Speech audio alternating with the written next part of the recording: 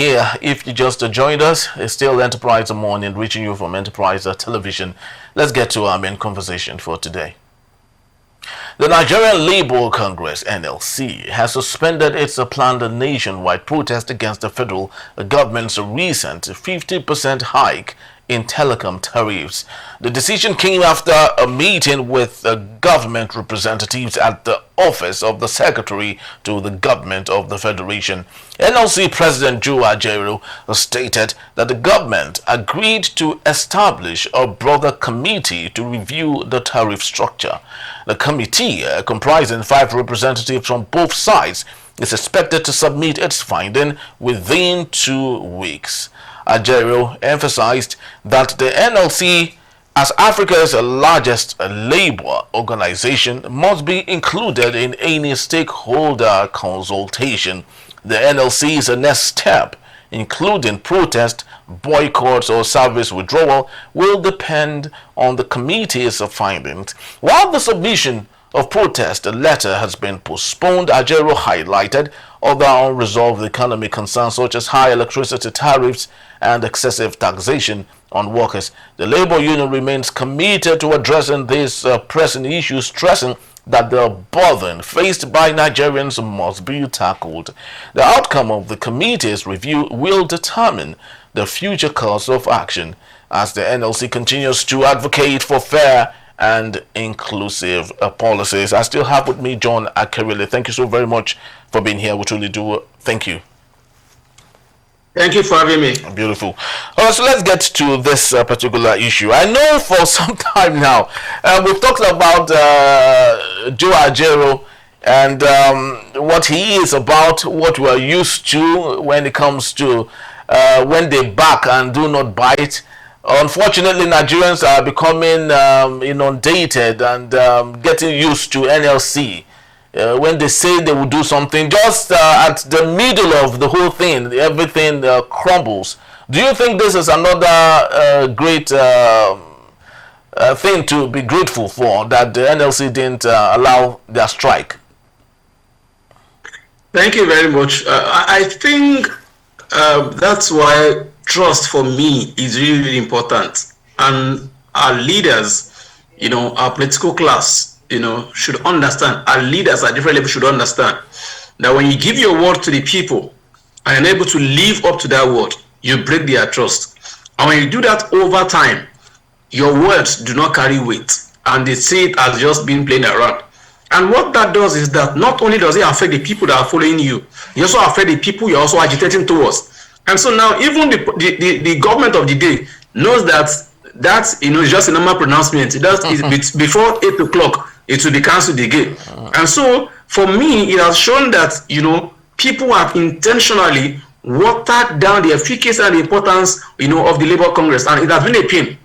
I could remember vividly, I was a young man, when Adams Oshomole, was the NLC president. And you could see the number of times he took on the federal government of Nigeria, even though now he is in the corridor of power now, and then his khaki are no longer the khaki that I used to know. His khaki is no longer khaki. I know, with all respect to his personality, the khaki he was wearing then is not the khaki he's wearing now. The khaki now is quite different and well polished. And so he also, took on the federal government, and that for me is something everybody can take to the bank. Where the federal government is always on their toes, and then they always, that for me is good competition. Good competition is fair. You put the government on their toes to do the right thing for the people, and that's the people say that indeed you are fighting for them. But in this case, you see that over the years, from the Wada's scenario down to Joe Ajaero, NLC does not carry that substance anymore. It's not that important. It's not that it's just like a lion that has lost its teeth. And so for me, I'm not saying we should go on strike. What I'm saying is that the government should understand that it's a give and take, and that's why this Labour Congress is always like is an indicator, is something to checkmate the government and tell the government you cannot tell me now that you buy cars of worth of millions for House of Rep members, you are building the house for a VP, you are buying presidential yacht, you are buying a airplane for the president. These are fantastic. But then you also say to us that there's no money to pay the minimum wage. Then how come there's money to buy all of those luxurious things? And so we must come to a point where we need to understand things that are important to us as a people. No country in the world joke with their workforce. Even Japan, are always, as a country, is concerned with their workforce and are looking for ways to, enhance their workforce. And so, but in our own case is different. That we are taking our workforce for levity. We're not looking after them in terms of their welfare. We're not looking at, bringing in structures, that can make life easier for them. We're not looking at every person who is working, wants a good house over his head for himself and his family. He wants a decent, means of transportation, either from work or to work, or have a reliable means of transportation that is efficient and cost, effective for them. They are looking out for good healthcare where they can go to the hospital at any time and have good, checkmate themselves, and then they also have good food to eat. And these are some of the things that once it is taken care of, you see that Nigerian workforce will be fine and they'll be more productive for me as a people. So for me, I think those are some of the issues that even the leaders of the NLC, have failed to understand in time past. And so also, there's a case and a school of thought of people who feel that why the NLC leadership usually, call a strike, and when they say the strike is on Monday, and when it is Sunday 8 p.m., they say they have called off the strike. When people are already, prepared for a strike on a Monday morning, and so they say maybe they've been given an envelope, and that's why they have to bring down some of these things. And so these things over time, it has happened once, it has happened twice, it has happened more than 3 times. And so even the people already, their morale is down, just like the military always say, morale high. And so these are things that the leadership of NLC should look into, because if you tell any Nigerians on the streets of Lagos or Abuja or Kaduna or Yenagoa or Bayelsa or Kaduna or Warri, ask them that NLC is going on strike. They will tell you, then you leave them. Which strike are they going? That they will call it the strike now in the midnight. So that shows to you that is the mindset of an average Nigerian, and that does not speak well for the leadership of NLC. That's one. 2 is that what NLC has been fighting for. Are we seeing the results of the agitations over the years? Yes, and that is the fact that you see that some of our refineries have been working, and this has always been on the table of the NLC that puts in our refineries, and let's start having local production for our local consumption. Another thing that I think we should also look at is the fact that maybe the government will now understand that for every of the policy that they enact, there are reactions and their effect of that to the tariff hike in the country today. Like I said to you, once you look at food, 1, look at transportation, 2, then look at some other things that we know. One of these that we should look at is data, because if you remember, before now, telcos before, we are always on per minute billing. So if you do 1 minute and 1 second, you pay for 2 minutes. 2 minutes, yeah. Then over time, we move to per second billing. So where you only pay for the second that you have used. Now, before that time, the rate of data consumption was very low. People were buying airtime. But now in Nigeria, because of the internet penetration and the globalization of our internet facilities in Nigeria, we now have more people who consume more data than airtime. And so it means that people are moving towards a different direction. Now, don't forget that all of this telecommunication industry also have infrastructures at the length of the country, and some of these infrastructures do not run on governmental power supply, which means they provide their own generator for their own plants. And in that case, there's a constant supply of diesel, there's a constant supply of petrol, so that generator can keep powering on. And because if that generator goes off just for 1 second, do you know how many millions of subscribers that will have network glitch? Do you know how many bank transactions that will be in the hanging? And so they need to keep that on. What is that telling you? That is telling you the failure of the government over the years in the area of constant power supply. And that comes to the issue of generation, transmission, and distribution of power, and which we are not able to resolve over the years. And so the government should understand that when we speak of all of these things, they work hand in hand, and there's a way they connect. So you can see how I've connected power to the telcos, to their own infrastructure, and looking at the price of how much a diesel per liter is now, how much is petrol per liter now, that will also take a toll of about 300% in the cost of their runnings, their facility on a monthly basis or daily basis. Now, where do you want them to have that effect, that cushion effect on? Where will the subsidy come from? And that's why they said to you, they have no choice than to increase by 50%. Now, let me ask you a question. Your transportation cost from your house to your office, has it not gone up by over 50%?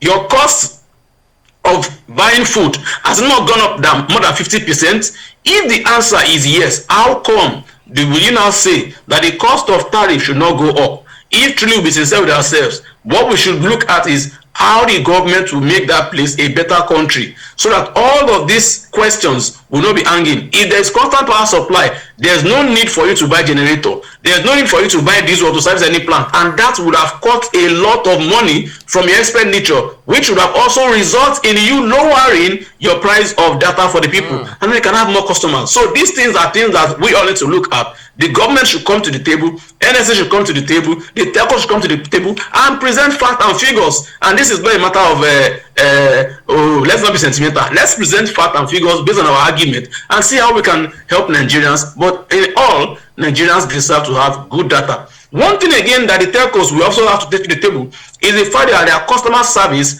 has not been a very good one. Most times when people buy data, they buy from their hard-earned money. And so when data is not working, is not functioning, or there's going to be a slow in speed, the onus is on you as a business operator to send a message to your customers and tell them, we are sorry, there's going to be a downtime in our internet service from this time to this time. However, because you know you lose some things, we will reimburse you maybe about 1 gig or 2 gig to compensate you for those times that you're not able to go on the things that you need to do with data that you have purchased. And so that customer service aspect of the telcos, is something that they should work towards and be sure they are communicating with Nigerians in due time. I'm sure Nigerians will understand that the costs have actually, been increased even more than 300%. Inflation is not the same. So these are some of the reasons why the telcos will have to increase their tariffs. And so Nigerians should know that when government fails, when there is bad government, the effect is on all of us. Just like when you're playing what? They give you number 14, which is general market. General market. So effect of bad market, bad governance is general market for all of us, either you're in Nigeria or outside Nigeria. Very true. John, I really loved your triangle illustration of the NLC on one spot, the federal government on one spot, and the telcos on one spot. Of course, a triangle that connects together.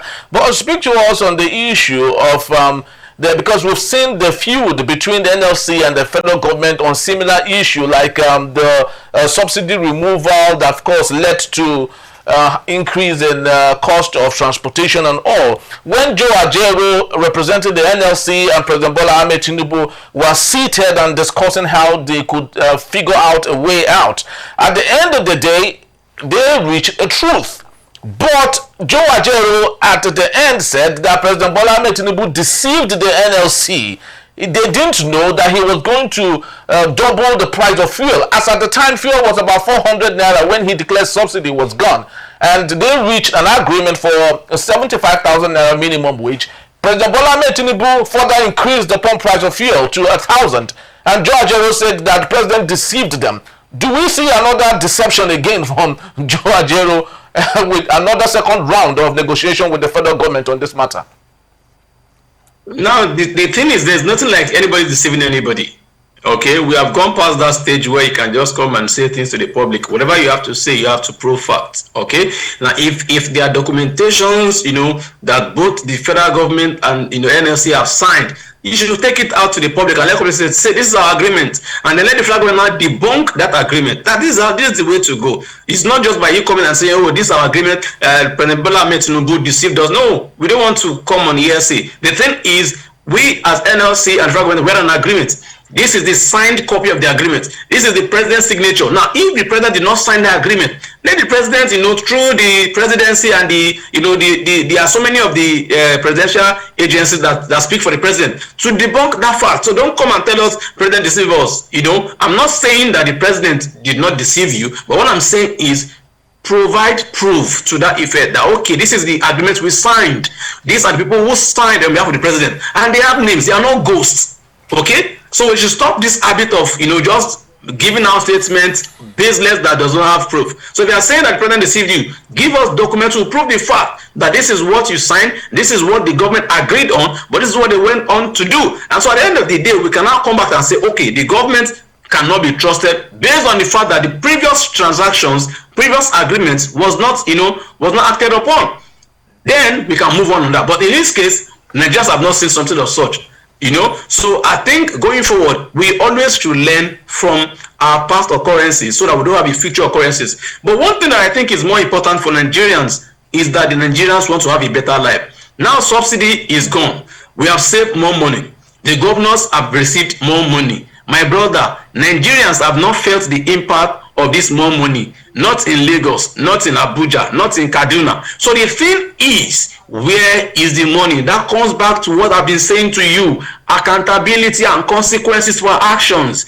A governor who has received more billions and agriculture in his state is not improving. Transportation is not getting better. They have talked about CNG buses for how many months? This is 2005 and in February. How many states have seen CNG buses? How many CNG transcription sites have you seen where you can always convert your car or conversion site? How many have you seen in your state? Where are the conversion sites? Where are the conversion kit that was promised? These are questions that we should be asking. Not saying President deceive you. No, these are going to be asking. And so when we start asking these questions, then people will start answering the question. It is not the president that will answer for Lagos State or answer for Ogun State. No, there are governors there who have received federal allocation on a monthly basis, and they have received more billions.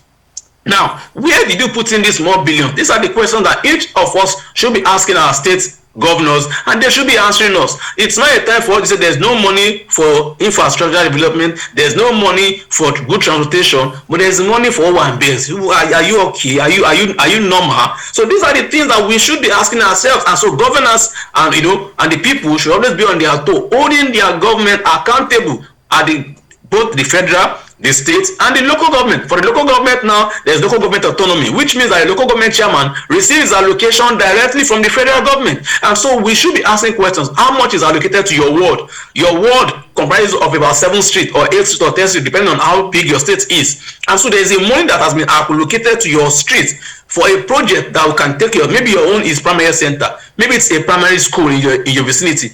Are this project being executed? These are questions we should ask. Lastly, again, is that Nigeria should go and look at the budget. Every state have got a budget. Every local government have got a budget. They do public hearing. Go there, get a copy of this budget. So that by the time you're asking questions, these are the basis of things that I can use to ask questions from these political officers, so that they can know that people are asking questions and we can start holding them accountable from that angle. The president have done well. He has removed subsidy. He has also, bringing more money. The more money is not at the federal government level. It has been shared to the state. So the governors have received more money. How come we have not seen more impact at the governmental level?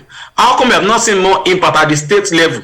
How come there's no impact at the local government level? Is that also the fault of Mr. President? These are questions that Nigerians need to start asking themselves, and the people, they call so, the leaders, they so call them. Very true. And you talked about data and how important that is. If one substation of the telcos goes off just for 1 minute, the catastrophic effect is immense. Now let's talk about the effect of some of these things, tariffs and all. This reminds me the United States, the battle between Donald Trump and Mexico and Canada, and trade war, tariffs, and so on and so forth. But one thing everyone is not talking about is the effect of the tariffs on the life of common people in Nigeria, just like it would equally affect Americans.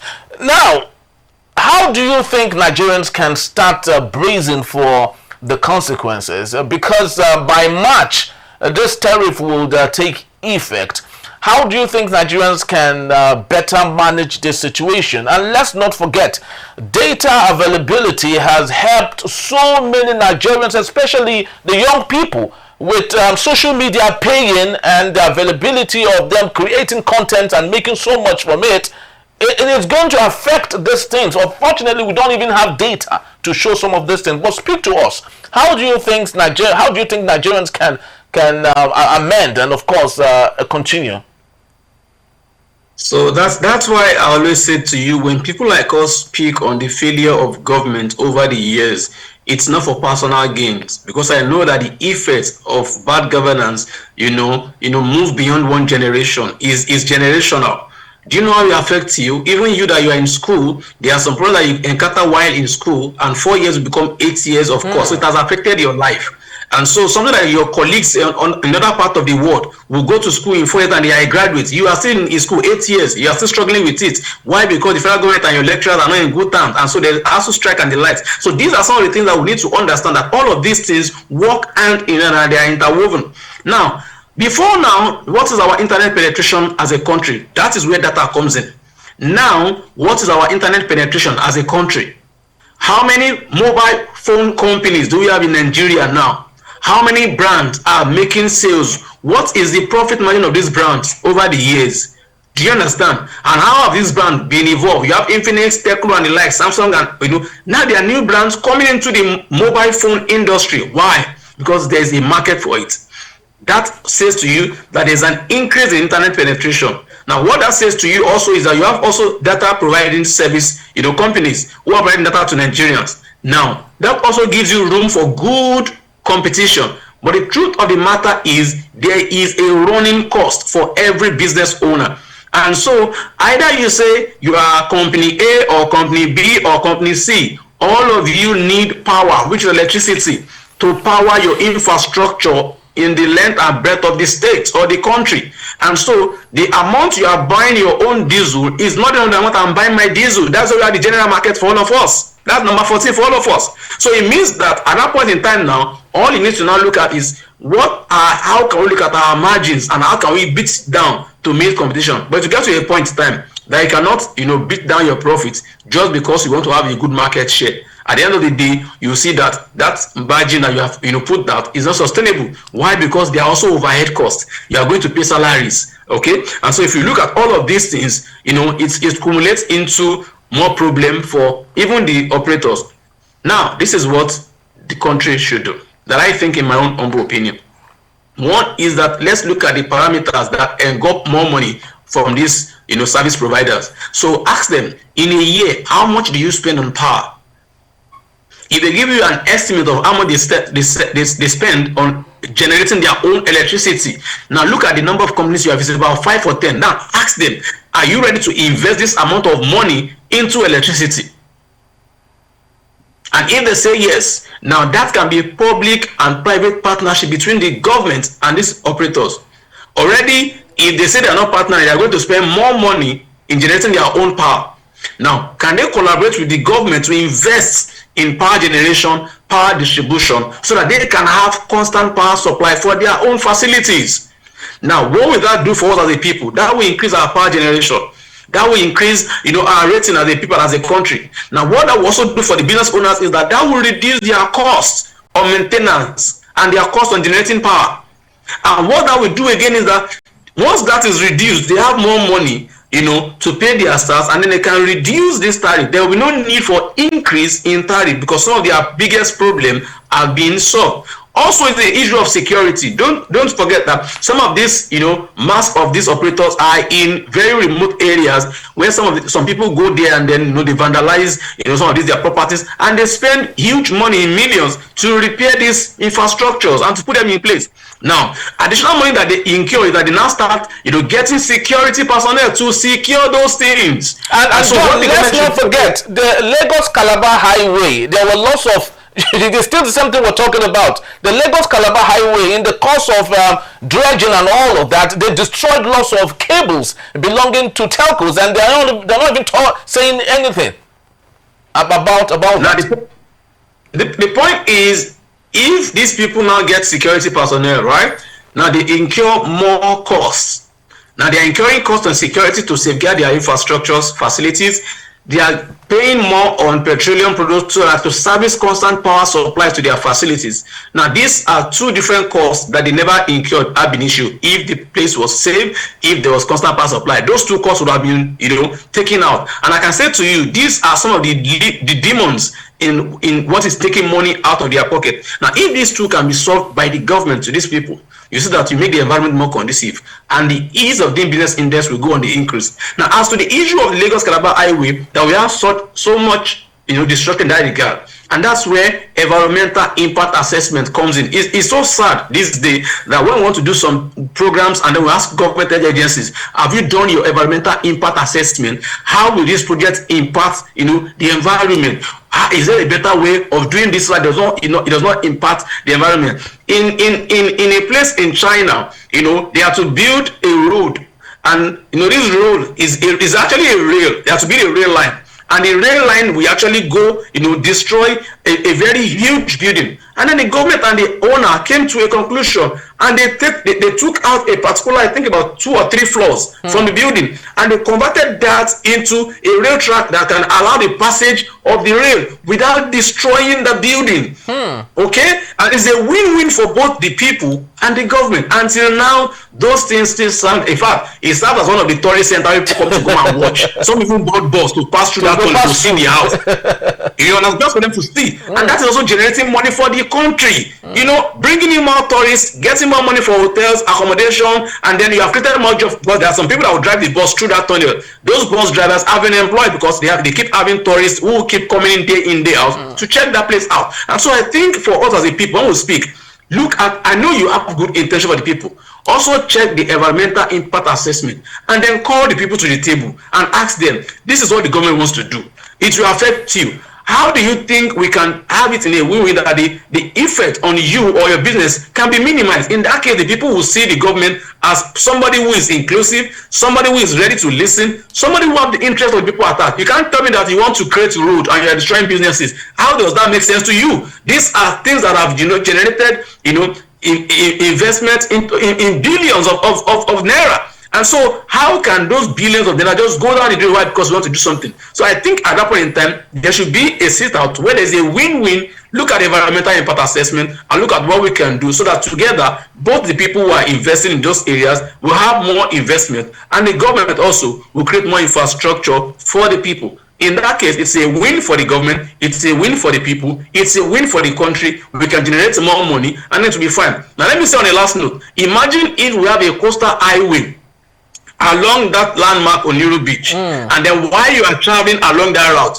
you see the beach, you see the beauty park. You know, that would be so beautiful, and that would have been one of the pinnacles, you know, or the tourist attraction center, in fact maybe one of the best in Africa or even the world, and that would generate more people. And so I think the government should understand that most of the time, let's not do things that will seem to people that we are against some set of people, but let's do something that will always be a win-win for the people and for the government. Then we can say truly we are building a country we can call our own.